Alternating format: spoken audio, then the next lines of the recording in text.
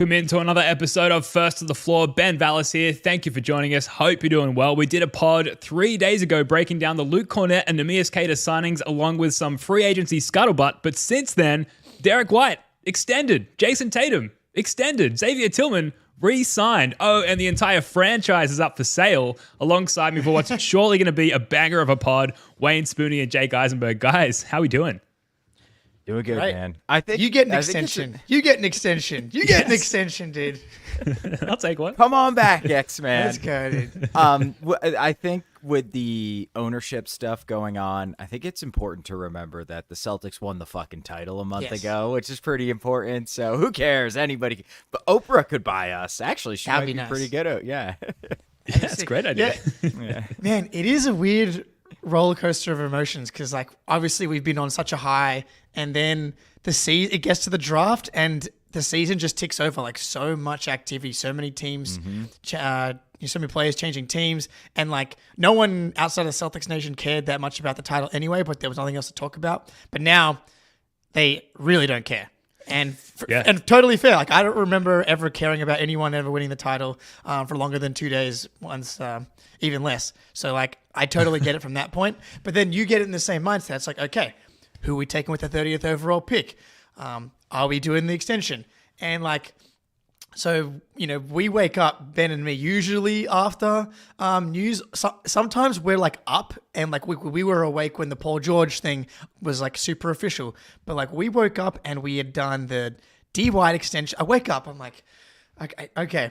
I check my phone as soon as I wake up at this time of year. I usually try to avoid it, but I'm like, this is not the time for that practice. We can work on my mental health another time. And I'm like, you got to check it immediately. And it's like, okay, boom, we got the Derrick White extension, amazing. Jayson Tatum extended, and I'm like, statement from Wyc Grousbeck. There's a 24-25 sale, but dude, I'm going to be the government on the second close. I'm like, I don't know what any of this means really, but like, the feelings are now like, shit, man, everything's going so well, and someone just like dropped a turd in the tunch bowl a little bit. It's like, what? What's tunch bowl? Tunch bowl.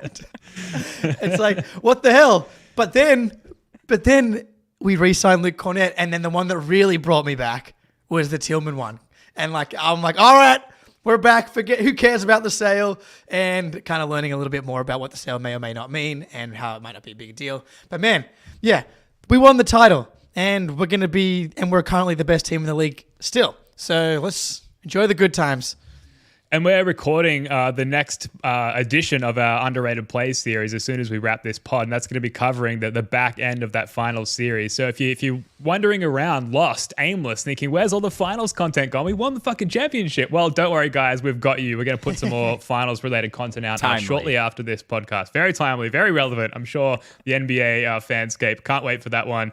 But Jake, we'll throw back to you, and Spoonie, obviously, we want your thoughts as well. But we've got to start.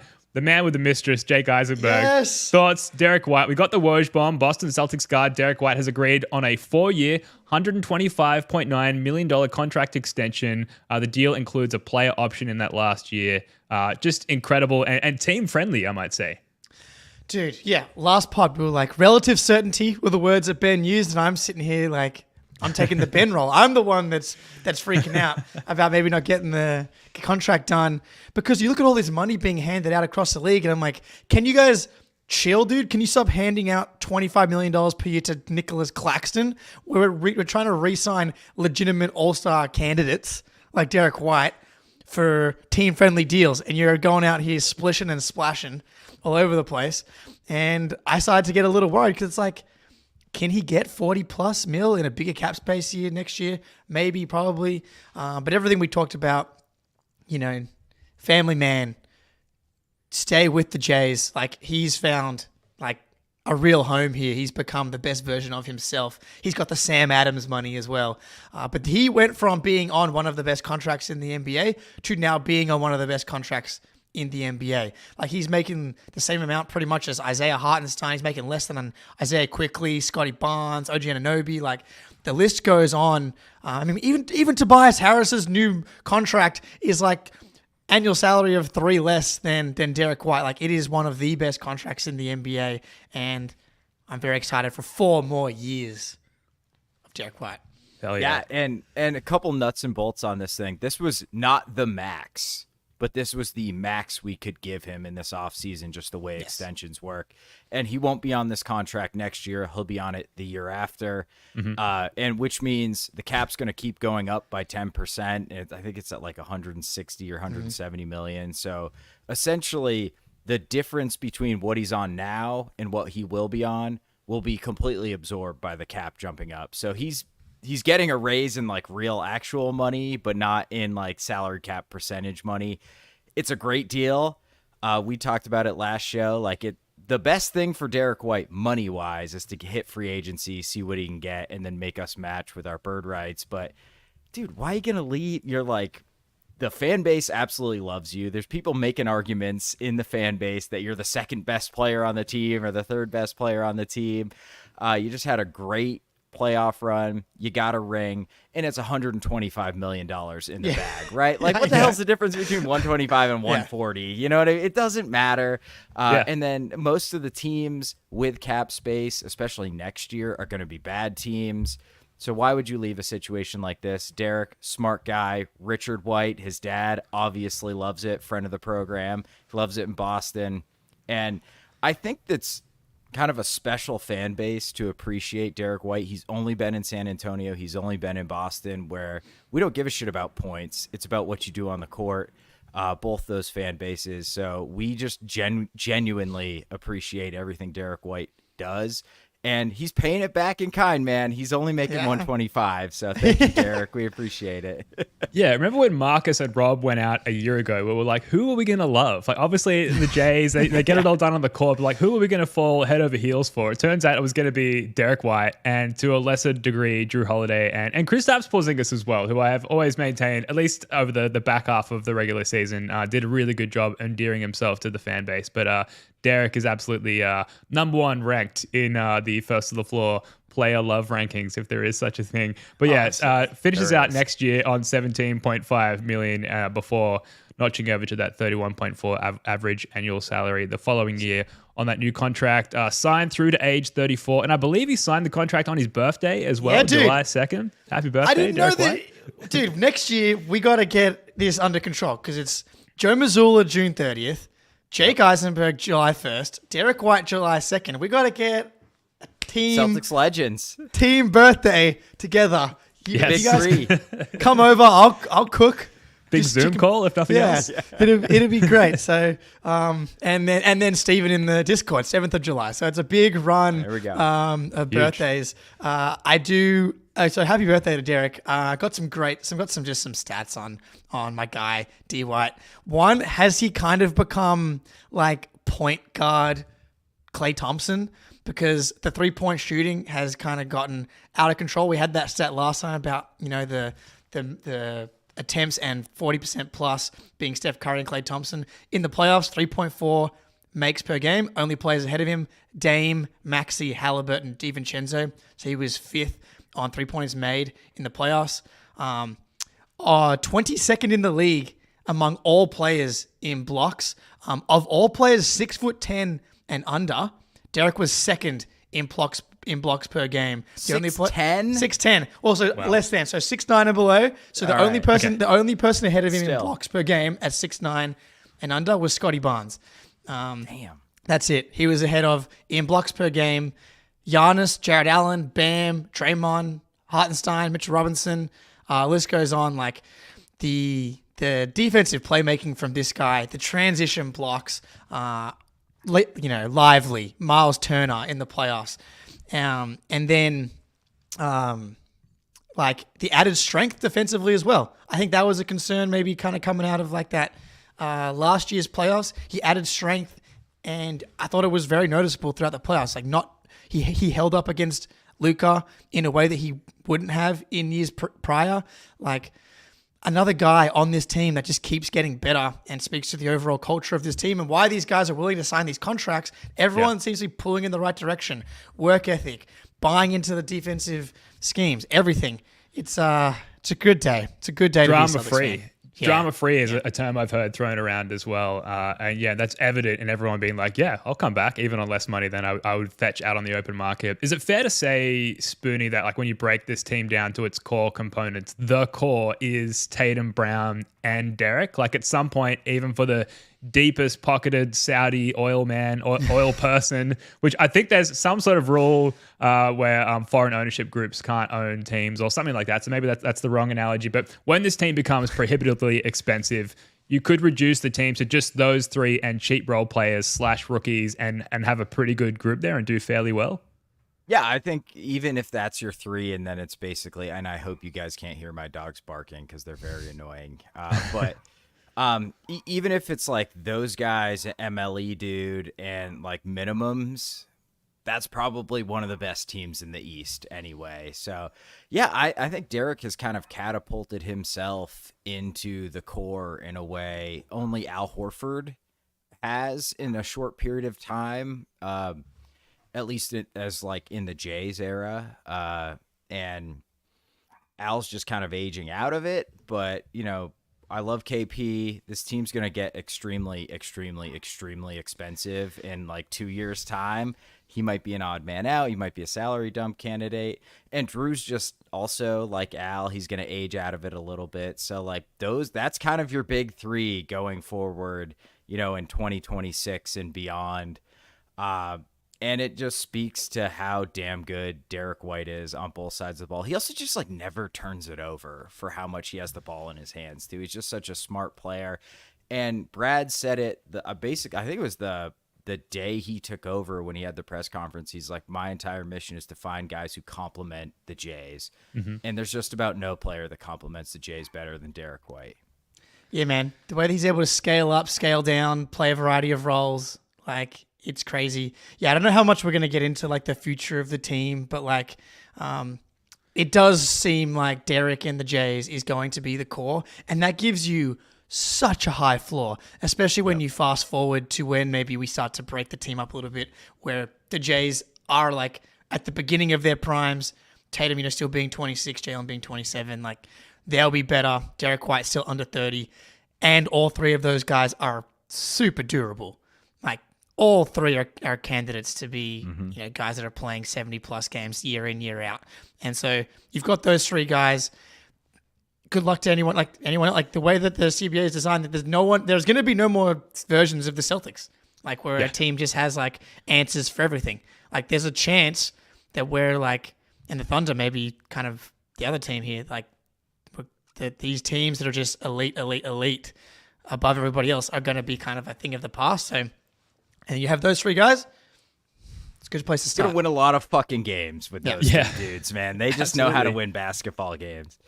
Yeah, I feel some trepidation to get into like the future iterations of the team because I'm cognizant of wanting to live in the now, but also we're a Celtics podcast and it is kind of relevant, especially with the sale, which we'll get to in a little bit. So maybe we can touch on it a little bit more there. But look, we've done 10 minutes on the Derrick White extension. We could just rename the show to the Derrick White extension celebration show, and that would be fine. And there'd be plenty of meat on that bone because we love Derrick White so much. But let's move on. Xavier Tillman, he extends on a 2-year, $4.8 million minimum deal. Dude's only 25 years old, which is it's difficult to it's easy to forget, I suppose. Basically because he looks older than that, let's be honest. Dude, older than me. Al looks younger than Tillman. I know, it's crazy. But we love you, Tillman. Don't worry. Come on the show anytime, please. But really, just I celebrated the continuity factor of the re-signings, the Luke Cornett and Amir Skater re-signings on the last show. This is just more of that. And then just the fact that like this is a key rotational piece, I would say. And even in the playoffs, we saw in the NBA Finals come in and defend the opposing team's best player on switches. Lights out from the corner, Jake. And just an incredible 100%. Yeah, but you can on the rotational stuff, like you can say the same for Luke Cornett as well. And the fact that we're bringing back these key rotational pieces on minimum deals in this CBA climate is just incredible. I can't believe they got this one done. I thought like insane. This is the one that I thought we were going to lose. Like we got Luke back. I was like you're trying to canvas the league. You're looking at other people's spending power and stuff like that. Like Drummond goes for 2 for 10. Drew Eubanks got $5 million from Utah. I'm like, they're not going to re-sign Tillman for more than the minimum, I don't think. Like, maybe they push it up a little bit to try and get him back. But I just figured that at some point, like, they can't bring every single person back. And, like, they did. And it was really important, man, with KP. Like, you have to have this stable of bigs for the regular season. And it's funny, like, I think Luke Cornett might be the better regular season's, like, quote-unquote innings eater.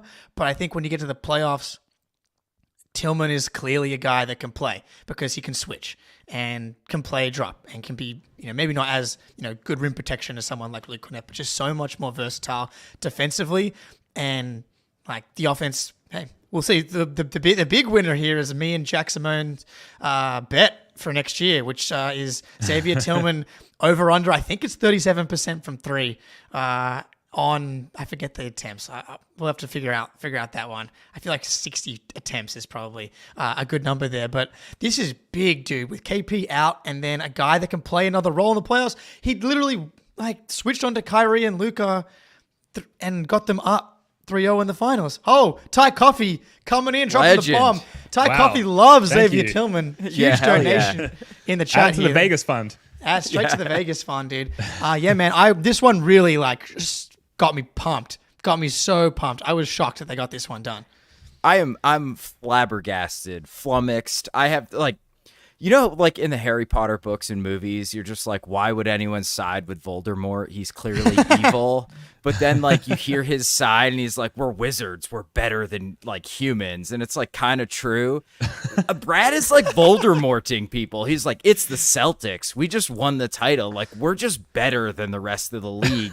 And you should join us and be with us because we had Tillman's bird rights. We could give him any amount of money he wanted. He probably could have been give me 2 for 10. And we would have been like, all right, yeah, sure. No fucking problem, Tillman. That's totally worth it because you're a really good player and you're very versatile defensively. And you kind of get our offense already. But he got him for the minimum, which is insane. The only thing I can think about is Brad was 2 years saying to him, yeah, and it's not even a player option in the second year, which is insane to me. I can't believe he got him for 2 years. He must have been when Al retires, you're our guy, and we will make right on you in 2 years' time. You are our dude. That sounds fun. I would like Brad Stevens to make right on me as well. Yeah. Yes. Brad's like, oh, baby, day. I will make so right on you in 2 years' time. You just got to be patient. Yes. This makes absolutely no fucking sense. I guarantee he could have got a piece of somebody's mid-level extension to make more money, but Brad just was like, we're better. We're better than those lowly humans in the other 29 NBA teams. And now he's going to be on this team for 2 more years. And it's literally mind blowing. Tillman's on for a minimum for 2 years. I can't comprehend why it would happen this early too. You think at least he'd wait it out and see if he got a better offer in free agency for a couple days. But no, he locks him up, immediately, essentially in 2 days time. It's crazy. Yeah, I was listening to Danger Cart on Forsberg's pod before we went live here, and he was talking about the other aspect of this is why didn't some opposition team in our conference offer him slightly more, if nothing else, than just to make life a little bit more difficult for the Celtics financially speaking for us. Yeah, exactly. Or to take him away from us, and with our inability to sign players who weren't already on our roster, for cheap money, that would just put us in a world of hurt financially speaking and roster building wise as well. So the fact that no one made life difficult for us in that sense, also mind boggling. It's a continuation of last year where everything just fell in the right place for us. And It's when's the luck going to run out? Maybe it's the Wyc sale, which we'll get to. But just incredible stuff. I just have to give one more thank you to Ty Coffey as well. That's a very incredibly generous donation. And I promise you, we won't burn too many brain cells spending it in Vegas. Thank you so much. Yeah. That's really generous.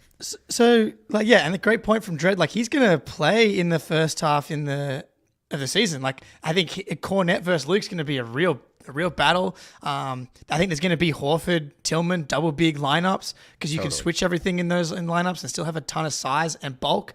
And I saw a few people quote tweeting and replying to it, my jubilation about the contract relative to the Drummond contract. And some Heat fans in particular being like, the Celtics fans are drowning in Brad Stevens' Kool-Aid. Like, why are they freaking out? Like, Tillman's not that guy. It's like, we actually understand what it takes to win a title. Like, we know the value of having a guy that can come in game 3 of the finals and help you win a game to go up 3-0 and win a title. I know you guys don't know about that because you haven't won a title in like 10 plus years.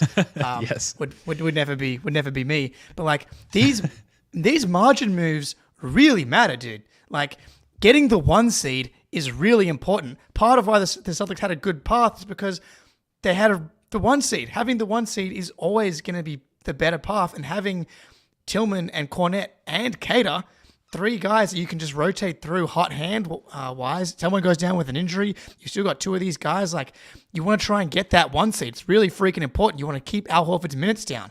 You want to be prepared again for the finals. Like, these things matter, and Heat fans don't understand because they're like screaming about how they just signed who'd they sign today that was like a not notable, but like, oh shit, I remember that was that chat. It's blanking me because they Not lost. notable is the key point. Yeah, because they lost Alon, right? They're losing Caleb Martin. Decent. Alec Burks. That's right. Alec Burks. Right. Yes. Yeah, dude. Alec Burks. It's like, that's our guy, dude. Alec Burks. That's our guy. Notable defender. Yeah. Fitting well with Heat culture. It's like, suck it, dude. Tillman's way better than Alec Burks. He's also way better than Drummond. I saw somebody kill you, Jake, for being like, well, Drummond's better than Xavier Tillman. No, he is fucking not. Like, Drummond's been a myth. He's been like a cloud of smoke his entire career. Like, he doesn't translate to winning. Regular season, I can hear the argument, but who cares, dude? I'm not hearing that argument at all. Drummond is like, he looks like he should be really good at defense, and he's just not. He's just been like a fake positive player his entire career because he puts up big counting stats. And Tillman's been the opposite, lacks the counting stats, but every advanced metric, the on-offs, they absolutely love him. And he's just flat out better than Andre Drummond. And we got him for 2 years, which is for 4.8, which is less than what Philly's paying for Drummond for 1 year. So I feel like that's a pretty good move by Brad Stevens overall. Yeah, Tillman can't be played off the floor in the playoffs. I would rank that number 1 in my like backup big man skill set. So you'll love Drummond to see it, but can't make a free throw. Actually, kind of can't either. Yeah, we'll admit that for now. I just saw that Al Horford's house is up for sale on the internet, and it looks palatial. I know what I'm doing after this pod. House shopping. Now, one other guy. Well, I've actually got 2 other guys, but this one's a pretty big fish. Jayson Tatum, Boston Celtics star Jayson Tatum reached an agreement with the franchise on a 5-year deal, $313.99 million Supermax extension with a player option. That is the largest contract in NBA history as of right now.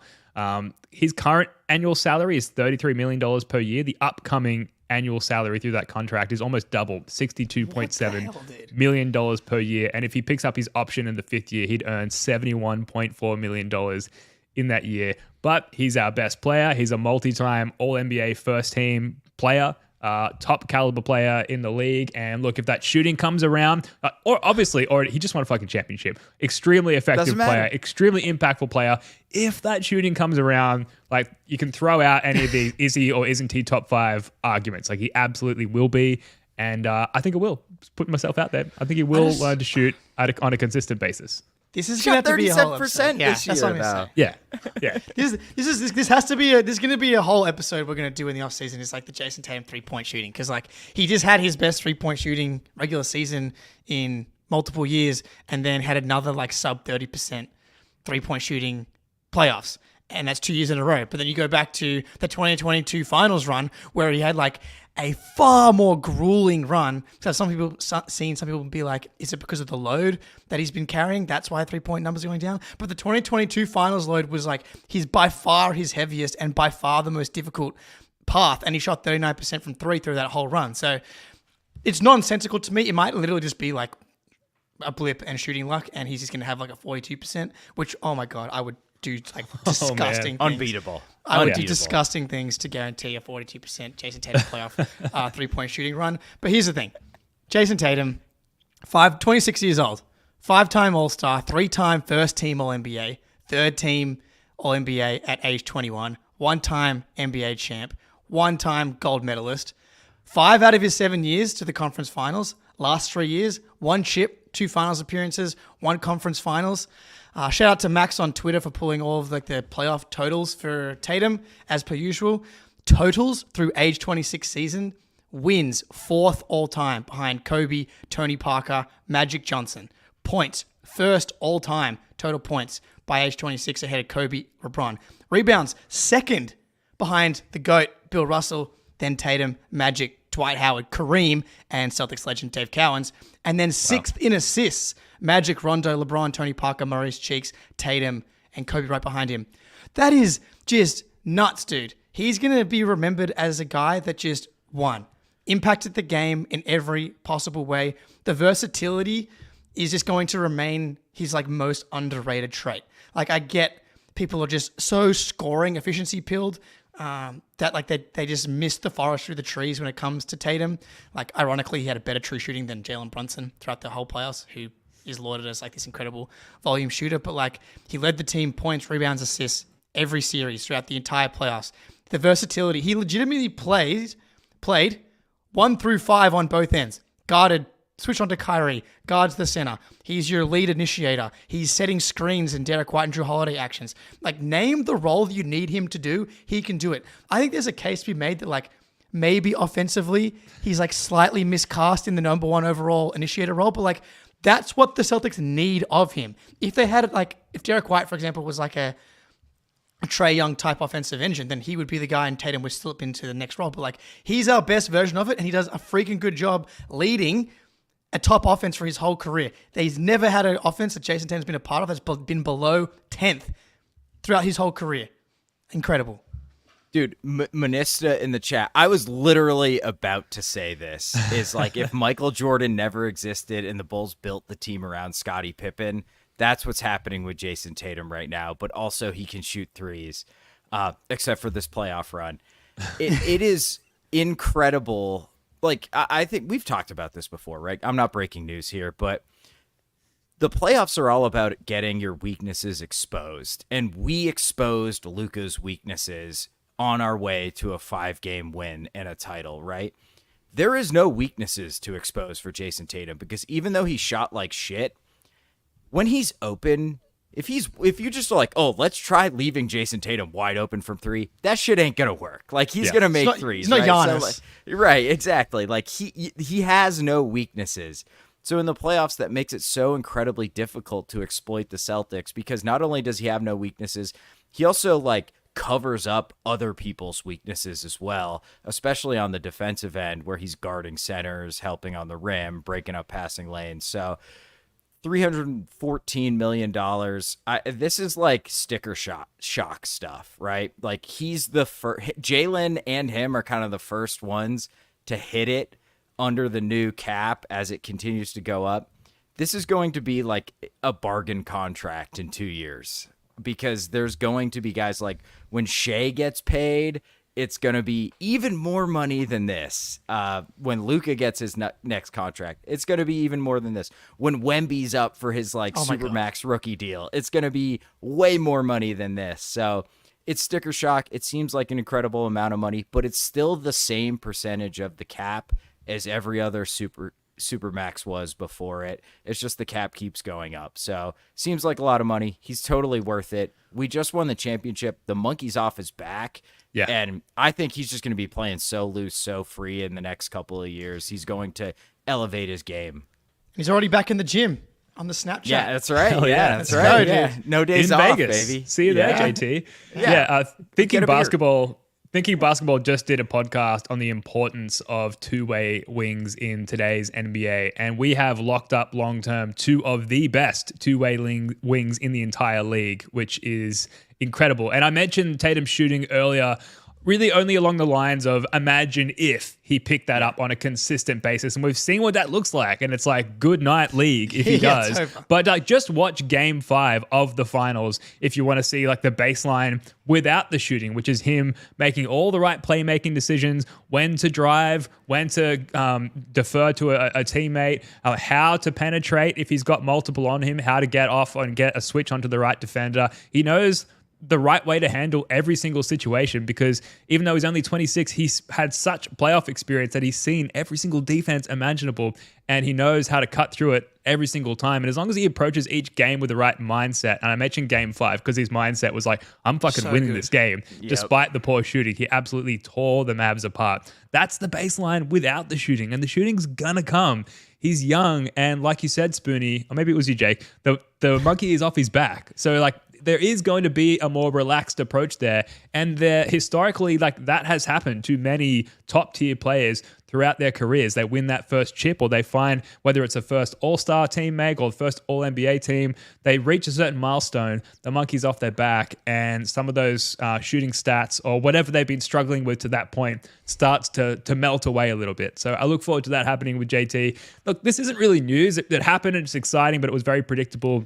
Yeah. We all knew it was going to happen. Big fans of the Jays here, and they're both locked up long term. I did wish, like, you know, it would be just really, it would never happen because it doesn't seem to be what happens and would be a union problem. But like, it would have been cool if Tatum was like, give me the exact same contract that Jalen's on, just to be like, I'll save us a little bit of money, and like, he's the finals MVP. And, you know, it was just a complete fan fiction romanticized version of like I love it. how this shit works. But it's like, I don't even know if Tatum was anywhere near Brad when this thing, it just like emailed him a DocuSign, and he like was like, sick dude, I'm going to go get some shots up, and that's how it goes. Now, look, very quickly, because we've got to get to an ad read and we're running over as usual here. Drew Peterson, 2-way deal. Brad, maybe stockpiling potential Sam Hauser replacements. We've got the Shire Man, we've got Drew Peterson, and we've at least got Sammy Buckets for the next year on 2.1 mil. But pretty standard 2-way deal here for Drew Peterson coming back on that 2-way contract. Any thoughts other than hopefully we'll see you at Summer League and good luck in Maine? Yeah, I hope he turns out to be good.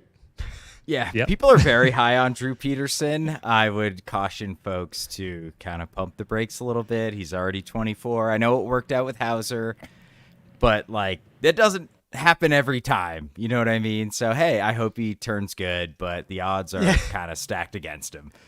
I do like every time I check the main box score, he's got like 18 points, 9 rebounds, and 7 assists. So like, just come in and just do that in the NBA would be my suggestion.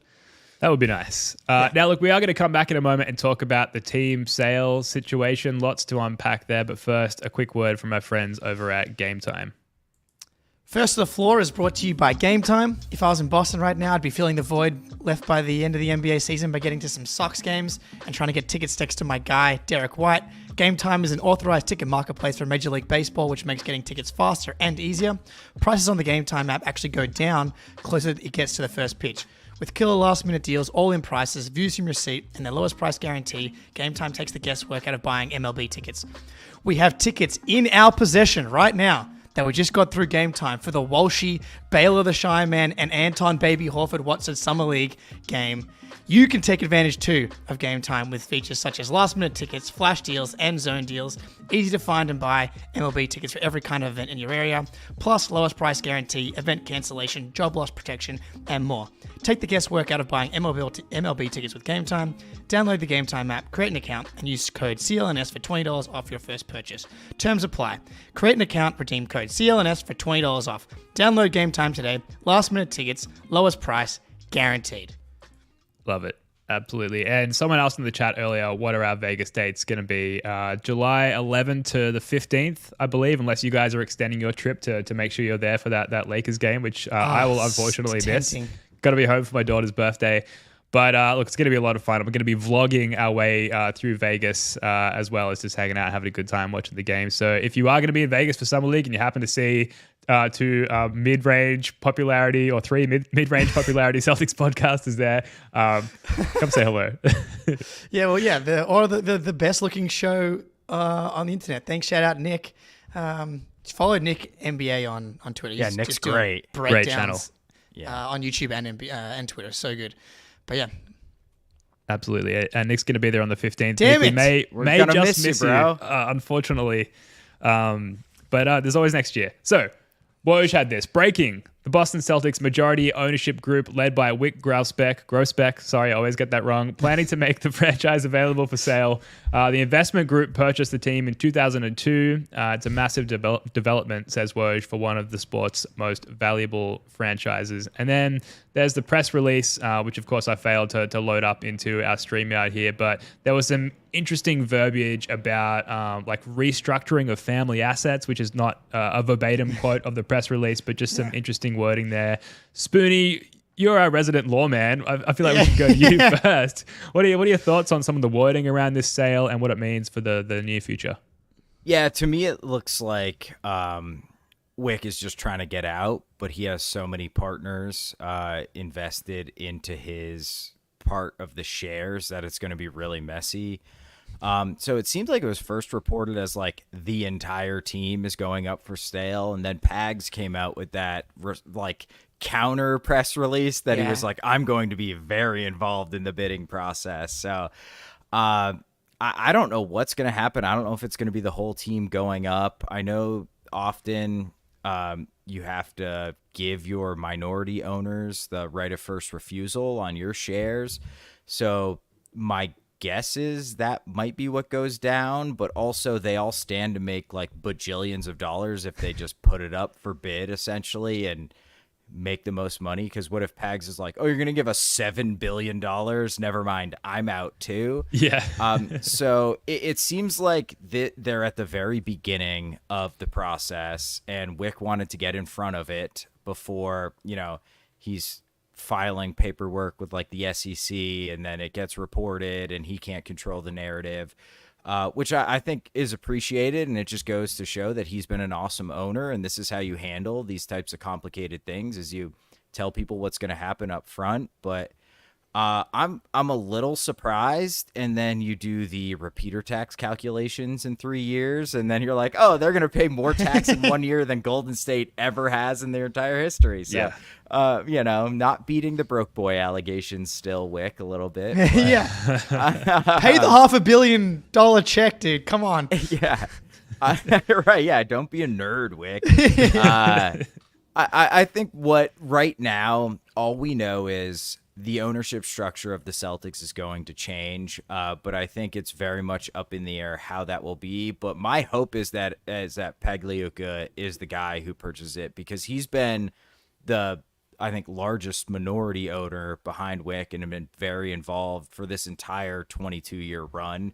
And they've been an awesome ownership group. So we want continuity. That's the biggest thing. We don't want Ishbia making us trade assets for broken down Kevin Durant. Like, we want an owner who will let Brad Stevens do his thing, and Pags would be that guy.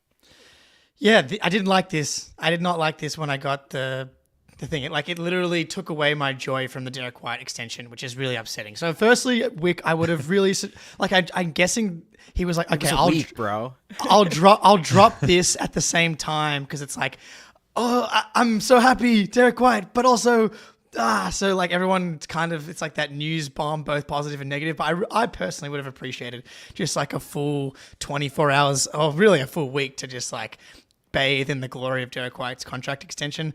Alas, I feel like I reacted the same way as Tatum, where Tatum was asked about it at like his elite camp or whatever. And he was like, I was pretty shocked. I don't want anything to change. Everything's amazing. It's like, yeah, agreed. So I was freaking out a little bit, because ownership is probably one of the more underrated things about how a franchise can be successful. Like, you say Ishbia, Kroenkes, and the Nuggets, like letting KCP go, like, despite being way more wealthy relative to the Celtics ownership group, like, it really matters. Look at what's happened to the Red Sox. Like, it really, really matters. My dad was telling me how he was forced to love some terrible, terrible owners in the 70s. Like, it was really bad. And so, like, Wyc, you can't really ask for anything more. He's been incredible since he's taken over. Yep.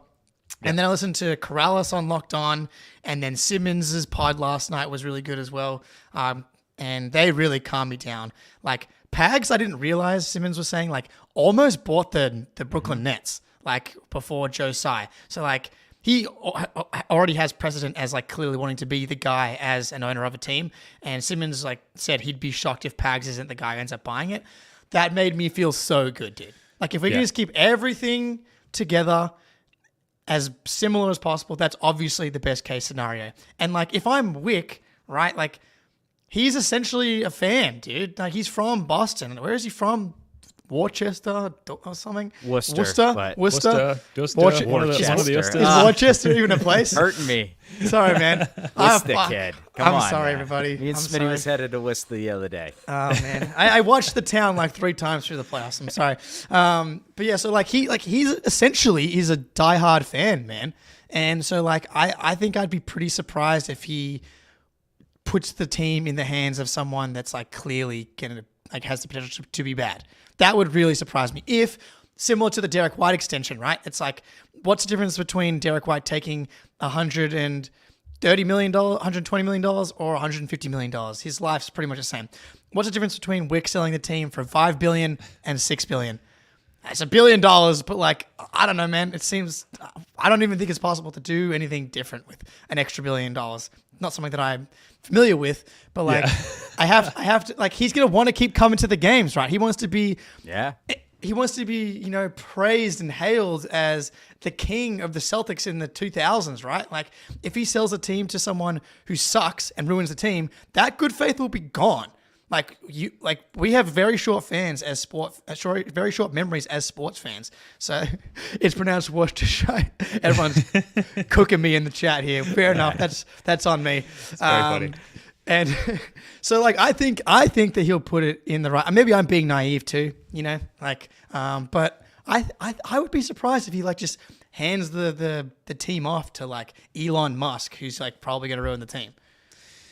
Yeah, there's so much unknown, and then add to the fact that like we are like literally incapable of thinking like billionaires, and even all the analysts who make a lot more money than we do are also incapable of thinking like billionaires. And a lot of all we can do is like draw on the history of ownership, and then like zoomed out even further than that, the history of like billionaire investments and the handling of those investments. And what we know is that Wyc's, the full group rather, the Boston basketball group or whatever they're called, paid $360 million for the team back in 2002. They now face to pay more than that in tax next year, though, which is crazy. True. But obviously, adjusted to inflation, it's not that big of a hit. But yeah, suffice to say, it's a tidy investment for Wyc and Co. there.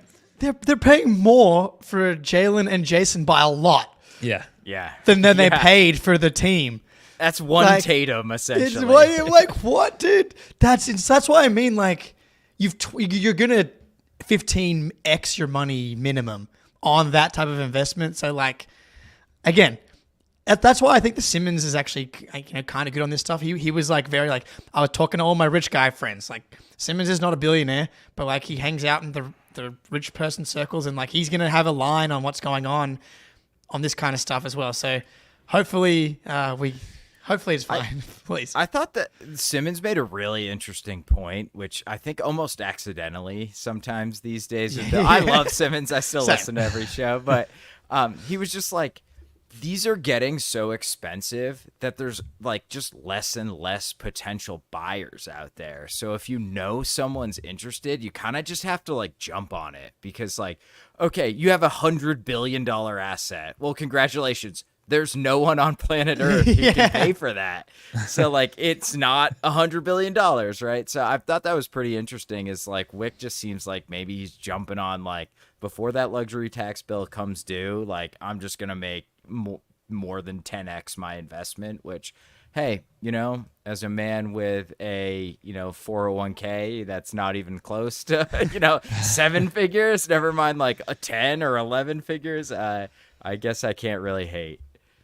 Yeah. I think Pags is definitely, it sounds like we're all on the same page here, is definitely the best pathway going forward 100%. From a Celtics fan perspective. And you have the maintenance of the culture, and I don't know how it works financially, but essentially Wyc ducks out, and then that group just sort of reforms and reacquires all that asset as a group, sans Wyc Grousbeck.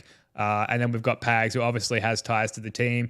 He's not sitting baseline with Wyc, but I think his seat is somewhere like near behind Joe Mazzulla there. So if you're watching the games closely, you can see Pags sitting there. But like ownership, it's a culture thing. Like deep pockets is not always enough. And just look at the Clippers there with Ballmer, where he's thrown like infinite money at that franchise, new arena, any player you like, all the investments, and yet they haven't had the same successes as a multitude of other franchises, especially the Celtics, because they don't have that same quality of culture. And it starts from the top, in our case with Wyc and co, and then instituting the correct front office personnel, which then cascades down to the players and the coaching staff, etc. So it starts at the top. And so having some sort of, again, that word continuity there with bringing Pags back as the key governor feels key in that. And then for now, we've got this gradual transition where Wyc remains the governor till 2028, unless someone like with insane money comes in and says, I'll give you $8 million today if you fuck off, which I'm sure no one could blame him for taking that deal. But for now, it's sort of calm waters ahead, at least forecasted in that Pags, where we'll pick it up and run from there. Any other thoughts before we move on? I just, if Pags is going to become the guy, like, can we get us to the minority owners? Can we get Brady in there? Can we get Damon? Can we get Affleck? Can we get just, like, KG? He's pissed at Minnie. Paul Pierce, or like Jimmy Toscano, CLNS Garden Report. He donated $1 to Wyc Grousbeck. How many Celtics fans do you think there are in the world? Are there like 5 million, 10 million? Yeah. Like, gotta be some way off. 70. It's I don't know. Well, there's like it's called 10 million. It's like one of the most iconic. Yeah. Massachusetts is like 7 million alone. All of New England's probably like 12 million. So you got to think 10 million C's fans just there. Surely. Let's go 10 million for easy math.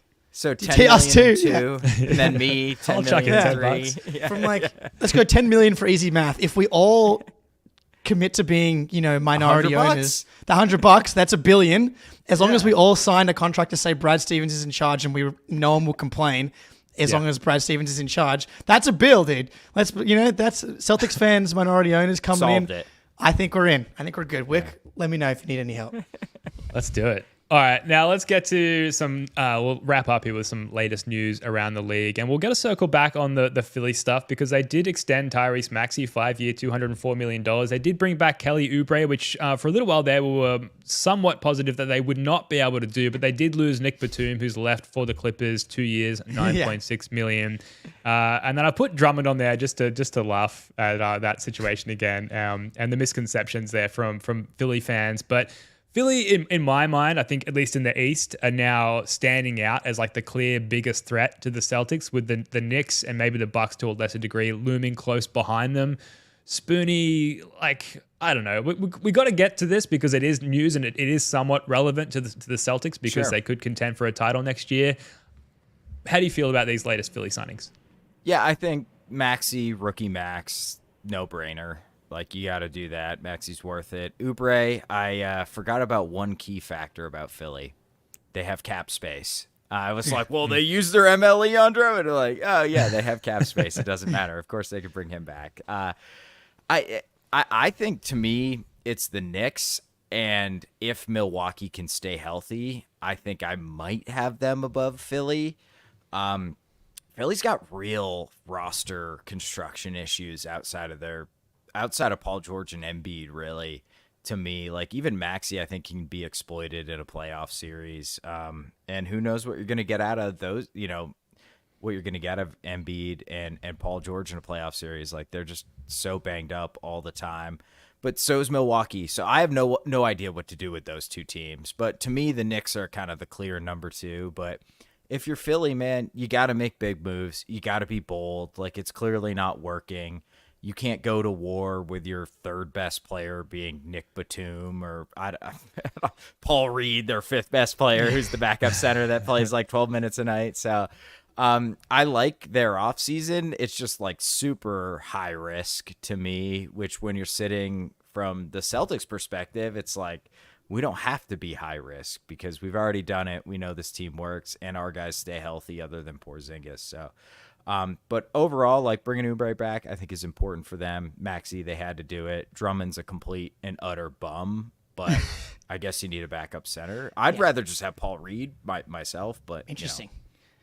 Yeah, they're high risk no matter what. Like, that's the thing. Yeah. Like, no matter what they do, they're just high risk because of Embiid being 30 and all the injury stuff. So it's just like bringing in Paul George versus playing the depth signings, whether they would have gone KCP, Gary Trent, whatever. Let's say they signed 4 guys. That for them. I talked about how that might be better, like to go like just a bunch of wings and like maybe like 4 or 5 guys as with the cap space as opposed to like 2. But the risk is the same. Like it all comes back to Embiid and how healthy he's going to be and if he's capable of like winning a title. For me, the Bucks and the Sixers still have the highest ceiling of the 3. I have them all in the same tier: Knicks, Bucks, Sixers. The Knicks have the highest floor though.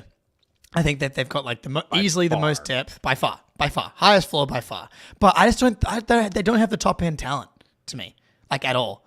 Like Brunson is great. He's great, incredible player. Like really, really good. But like unless you're Steph Curry, dude, I just don't think you can be this incredible high usage guy that's going to win a title unless your team is like stacked. But like, you go through the rosters of these teams. Again, the Knicks can be really good without comparing them to the Celtics, but like relative to the Celtics, I just still don't think it's that close.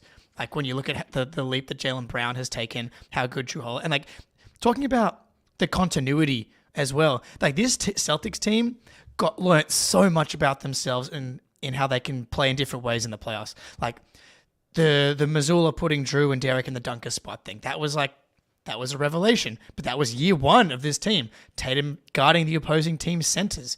Like that's a revelation. All these little things that they learned in their first go round.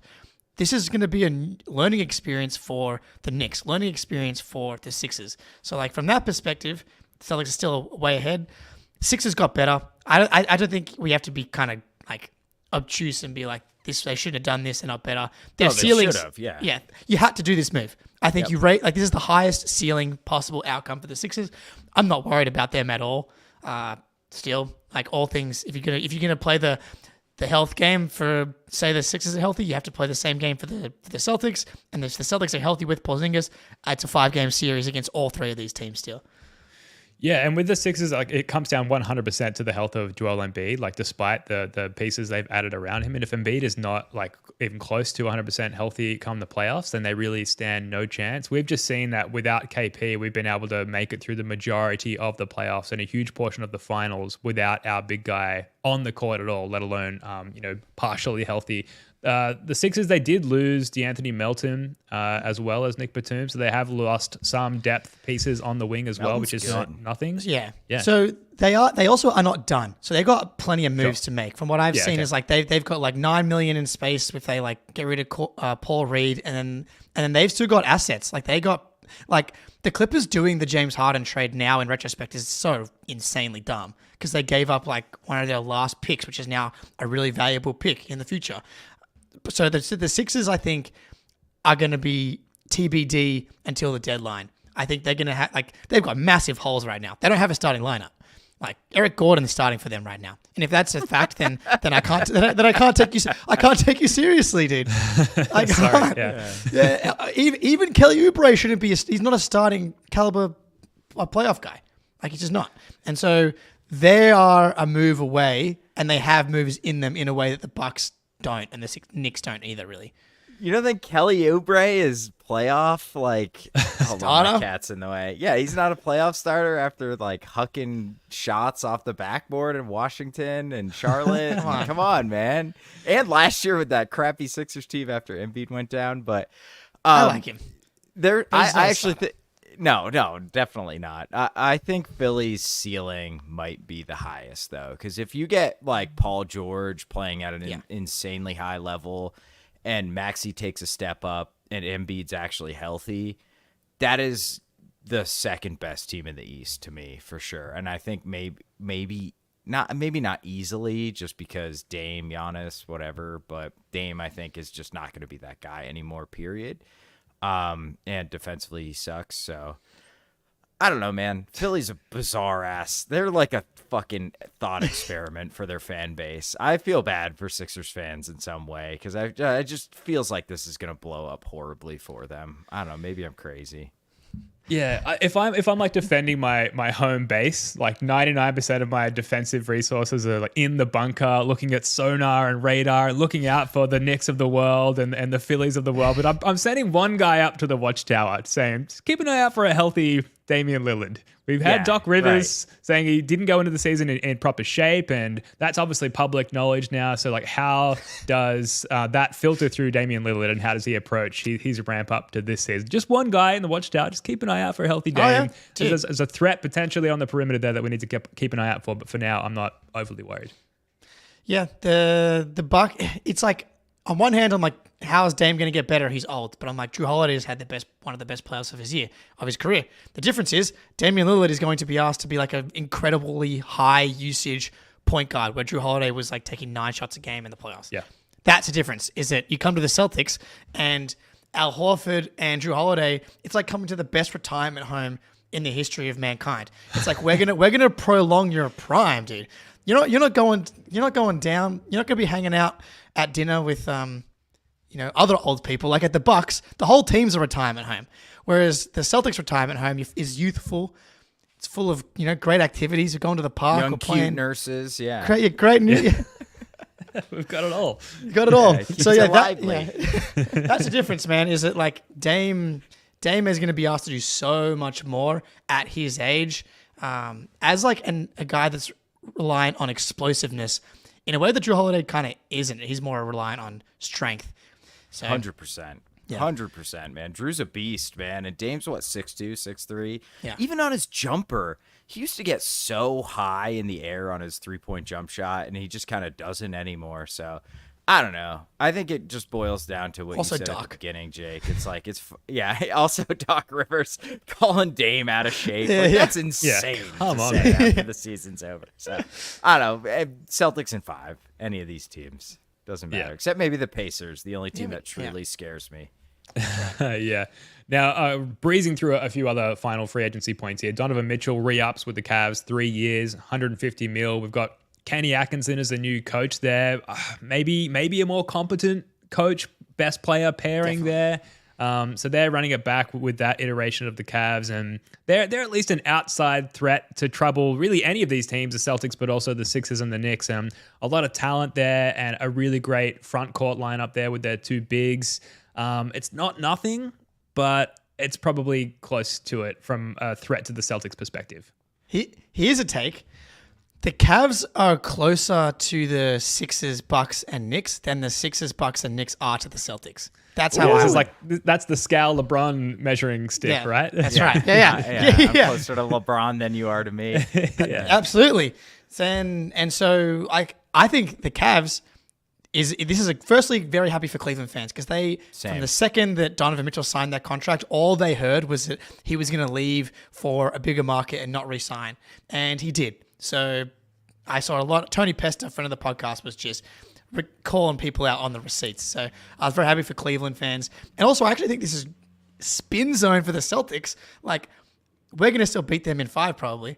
And so, like, the Cavs, though, can push a Knicks, Sixers, and Bucks to 6 or 7 to make our path easier in turn, because the team that we're going to be playing in the next round will have just gone to 6 or 7 against the Cavs, whereas if they lose Donovan Mitchell, that's just like another team that we probably kind of cruise through, but the other teams struggle with a bit more.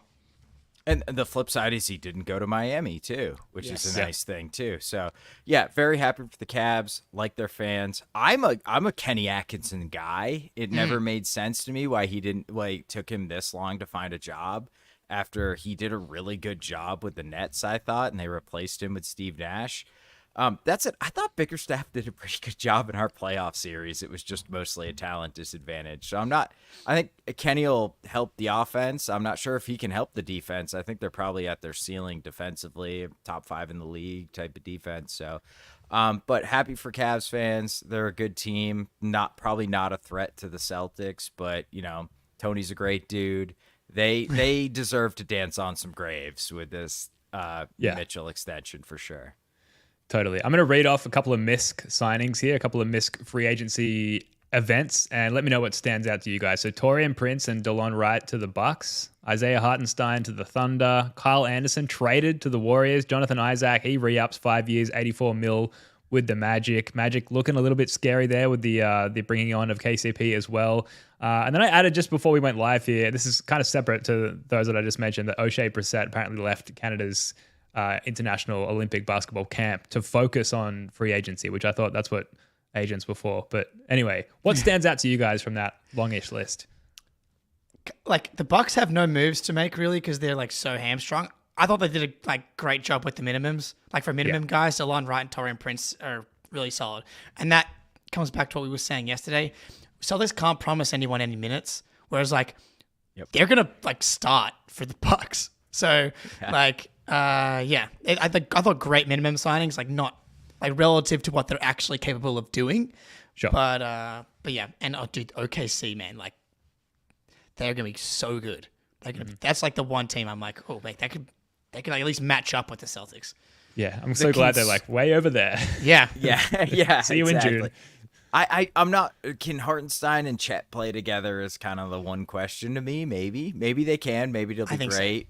Yeah, I think so too. But I do think that's a question that needs to be answered. I would not pay Jonathan Isaac nearly $100 million. I'm sorry. He's had so many injury issues. He played 20 minutes a game. I know he was DPOY, amazing, blah, blah, blah. He offensively is probably a negative at this point, in my opinion. But the KCP ad for the Magic is he fits them perfectly. They kind of need a real point guard. I don't know what they do with Cole Anthony. I think Fultz is probably out the door unless they re-signed him and I missed it. But he's going to work really well off of Franz and Paulo. So I love that signing for them. I get that you just need to retain Isaac. He's talent. You want to keep him around. He's got legitimate defensive upside. But who had cap space that was giving Jonathan Isaac $20 million a year that you couldn't just match? I don't know. I don't know. Also, it's nearly 100 is doing a lot of work there for 5 for 84. 84, yeah. Fair enough. And you round up, 5 for 84. Would you rather pay him 5 for 84 or Pat Williams 5 for 90? 16.8 annual is that's a shit contract too, though. I agree, but I think in the new CBA, it's everything's so high. I don't think it's 16.8 is it's fucking shit all now. Who's paying him 17?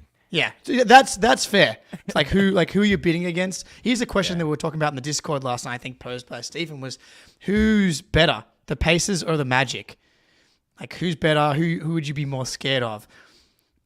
It's still the Pacers, in my opinion. They're offense. They had a number one offense. What are they? Are they going to fall from that height so soon next season? And the Magic still have a lot to prove. They've got a lot of good pieces they've assembled, and I really love the idea of Jonathan Isaac. He, when is fit and healthy, is a really impactful player, particularly defensively, but potentially on both ends.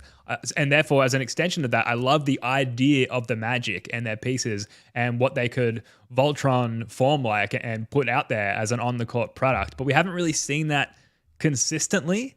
And then with Franz Wagner, losing his shot going into last year's playoffs, it's is that going to come back? Because that would be the initial building block to look at for the Magic, for them to have sort of sustained success, I think, going into the postseason. Whereas with Indy, we've kind of seen it already, right? And yeah, they need better health from Hallie, but that's really it for them. And Hallie is a bit of a turnstile defensively that you can target, as is Jalen Brunson, but I digress. That's a point for another day. I think India are far and away a better team as of right now than the Magic. I trust Indy's offense more than I trust anything about the Magic, I think is where I'm at. Their defense is good.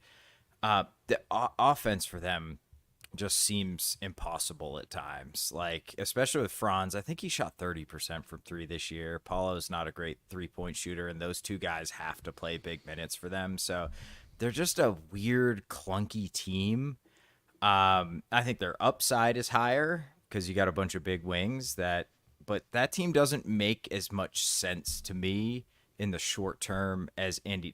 Indy made the Eastern Conference Finals. I know there's injuries, blah, blah, blah, stuff like that, but Hallie, Siakam, and kind of the guys around them with Miles Turner too. Like that team makes a lot of sense together. Even though I think the Magic's upside's higher, but next year I would take Indy. Yeah, I think I'm the same. They're kind of the inverse of each other. Like the Magic, I think, were second or third in defense and had a struggling offense. Pacers were the opposite. I think regular season, maybe Orlando has a better record potentially because they might just be a little bit more balanced with KCP coming in. But then playoff-wise, I think their offense is going to just still be a massive problem. KCP, a major addition, going to really help. But just so, like, the playmaking is a massive problem still. Like, It's not there. It's not there at all. And unless Franz goes back up to like a 40% three-point guy, because I think he could be the playmaker. But unless your scoring is a real threat, then your playmaking like doesn't matter that much. And so I think I'd lean playoff-wise. I would go Pacers still, just because like they're going to score in the playoffs no matter what. And their defense was like okay, I thought. In the Knicks series was like okay-ish, and then no one can stop the Celtics, especially the Pacers. This tweet came out half an hour ago from Evan Sideri. I hope I'm getting that right. It's a name I've read many times and never said or heard said out loud. But he says the Kings, Spurs, and Warriors all have significant trade offers on the table for the Jazz for Lowry Markkanen. Utah is mulling these packages over as they decide whether they will ultimately move Markkanen or not. All West teams? Yes. Kings, Beautiful. Spurs, Warriors. Yeah, beautiful. Sit Oh, back and watch it unfold. So good next to Wemby. Holy shit, he's so good next to Wemby. Good luck, whoever's trading for him. Just be ready to hand over everything you got. Yeah, like if you want him, yeah, like it's Danny Ainge. This is why I saw people being like the Walker Kessler to the Knicks thing, like trade rumors. I was like, that would be a huge move for them. The problem is they're running low on picks now, and like they've got 3 firsts left. I think Danny's asking for all of them. The Knicks probably want to give up 1 max, and Danny's definitely not doing the trade unless you give up 2. So it's like, you got to know who you're dealing with. I'd be surprised if a deal like that gets done. Lowry, again, you got to give up the farm. That's how it works with Danny Ainge.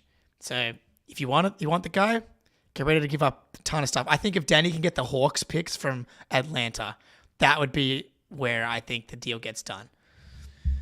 Best of luck to all engaging with Danny Ainge.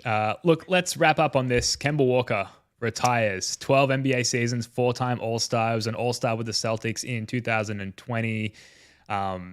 We loved Kemba during his time with the Celtics, and it was such a breath of fresh air coming out of that Kyrie Irving situation, we'll call it that. And my long-lasting memory of Kemba with the Celtics, and maybe his legacy with the Celtics, was how he was like first team all vibes during his tenure with the Celtics. And man, did we need that. And man, maybe especially in hindsight, did the Jays need that, where we needed a refresher, a breath mint, if you will, to get rid of the stink of Kyrie Irving and the stain he left on the organization. Kemba comes in, he's all smiles, literally, and he definitely left his mark on the Jays as far as like their mental approach to the game, maybe enjoying the game, learning to play more with more togetherness, if you will. Kemba was right where we needed him when we needed him, so I'll always think of him fondly because of that.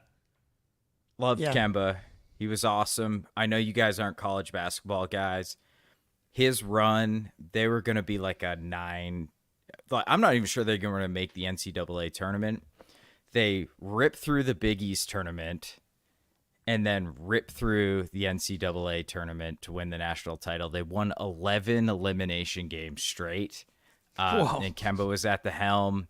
Wow. And that is like one of the greatest feats in college, maybe the greatest feat in college basketball history. And yeah, you're right, Ben. Just like ultimate vibesman. Great dude, played the game the right way, and electric on his day. Like absolutely, like when the pull-up jumpers were going down and he was getting to the rim before he hurt his knee. That dude was so fun to watch. So absolutely love Kemba. Hope he has a happy retirement. He made plenty of money, so he's going to be very happy for the rest of his, rest of his days.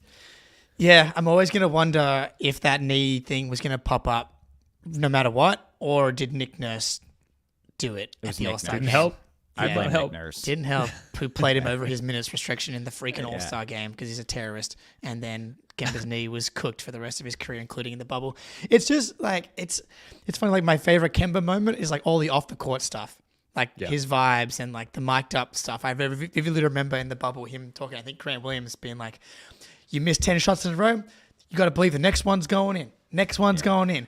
And like that's the kind of stuff I'm going to remember about Kemba. He was so willing to let the Jays be the Jays. Like that was the first year we got Tatum beat Tatum. And in the bubble, that was Tatum's first real run. And that was like, partly because out of necessity, because Kemba wasn't the same guy. But even before the shutdown. And now I'm just remembering all the bad things now. Like, oh, the shutdown will be great for Kemba's knee. Nope. Not good for Kemba's knee. So maybe that's why it was always going to go down that way. But like he was a great guy to have in between there. And it's such a bummer that like because he was an all-star starter that year. Mm-hmm. Like if we had gotten that Kemba in the bubble, like we'd probably make the finals, dude. Like pretty easily because you don't go to 7 against Toronto if Kemba's like himself, and then against the Heat. He was a legit all-star and he was like barely playable in the conference finals, which is such a bummer, but he was awesome. But I'm trying to think of like a Kemba moment. I know he had like a big game against the Knicks comes to mind, like a game against the Bucks. Like he was awesome in the first round against the Sixers, the Al Horford Sixers. But that's because like Brett Brown had Joel Embiid playing like a drop coverage, like where he was underneath the rim. It was like and Kemba was like walking into like 16-foot jump shots. I was like, this is the weirdest thing I've ever seen. But shout out Kemba, like he's been announced as like on the Hornets coaching staff, like which is that's cool, which is amazing. I was hoping maybe he'd come to the Celtics. Seeing the clip going around of Charles Lee coaching a Hornets practice made me be like, oh man, hope I don't miss him too much. But I don't know. Yeah. Real quick on Kemba, I remember every time we played in Charlotte, they would show clips of him like in the stands hugging people and like talking to like, the maintenance workers and shit. And I was like, that's just one of the best dudes on the planet, probably. So yeah, Kemba fucking ruled. And that's not to say he wasn't awesome on the court, because he was, but especially in Charlotte. But I had the same issue, like thinking of like the best on the court moment for Kemba Walker in a Celtics jersey. I couldn't really think of one. And yeah, it just goes to show that, he was just an incredible person. Yeah, RJ in the chat, Kemba helped us all the way to...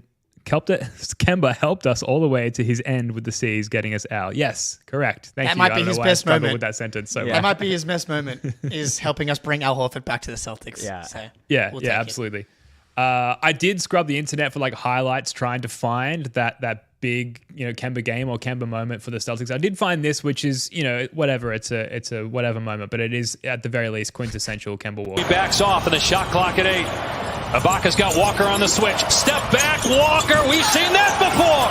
And it's a 3-point lead for Boston. So you're right, Ben. That should have been it. Followed up by the end of the game, he like broke down the defense and had a dump off to Daniel Tice. And they're up to go up 3-0. And so it was a different game. Got up to go 3-0, 0.4 seconds on the clock. Jaylen Brown falls asleep, and OG Anunoby hits that 3 to put the series at 2-1 as opposed to 3-0.